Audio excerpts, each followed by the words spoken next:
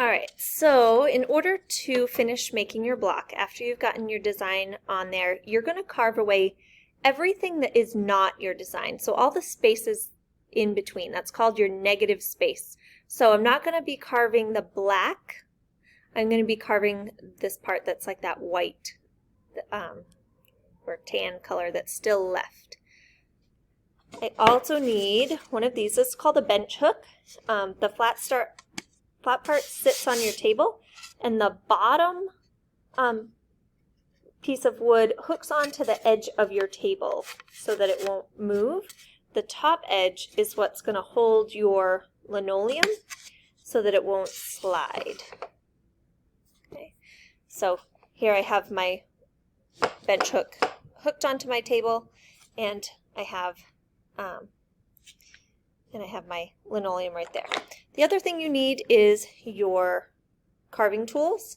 I am showing you 3 different sizes because the blades come in different sizes.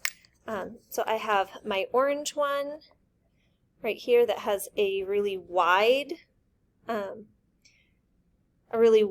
blade, and that means it's going to take a wide piece of linoleum off when I carve with it.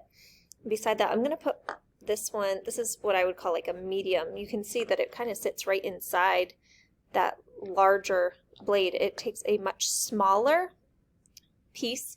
And then I have this one, which is really narrow. It's a teeny tiny piece. This would be if I was just carving little sections, like I might need it for that little section right there.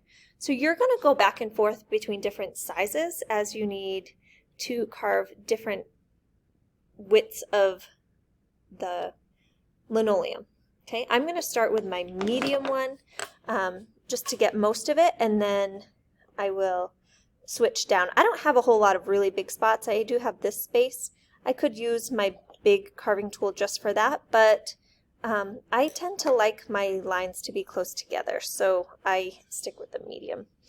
When you get started, you are going to need to train yourself to always carve towards the back of the bench hook. So I'm pushing towards this piece of wood.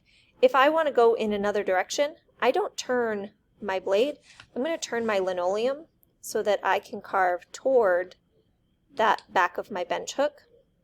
And if you have places that are kind of tricky, that are at an angle, you can, for small pieces, you can even put this on an edge like this.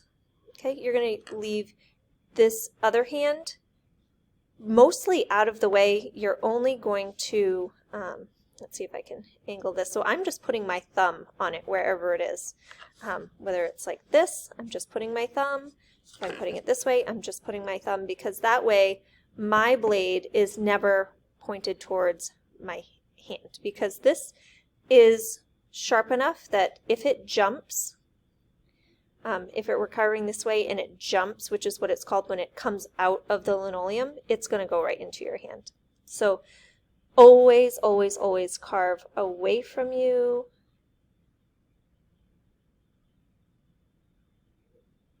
Okay, there's my first section.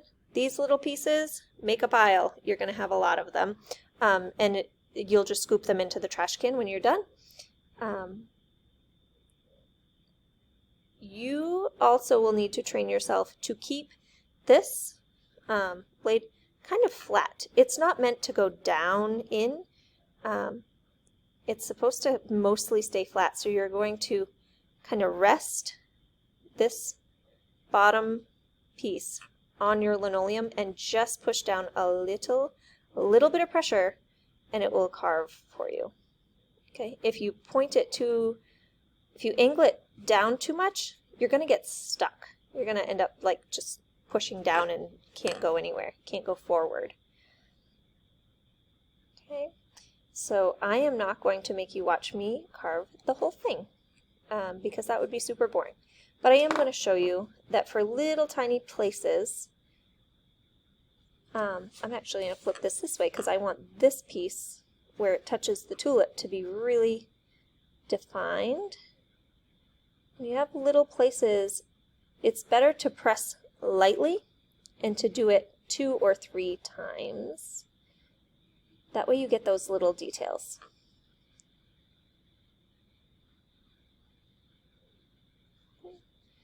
And again, these little pieces, just make a pile. There's going to be a lot. Alright, and now I have finished carving, so I'm going to try to get this to focus up close. And you can see that the places where I carved is kind of jagged, but as long as it is below these black spaces, when we roll ink on there, it won't get in there.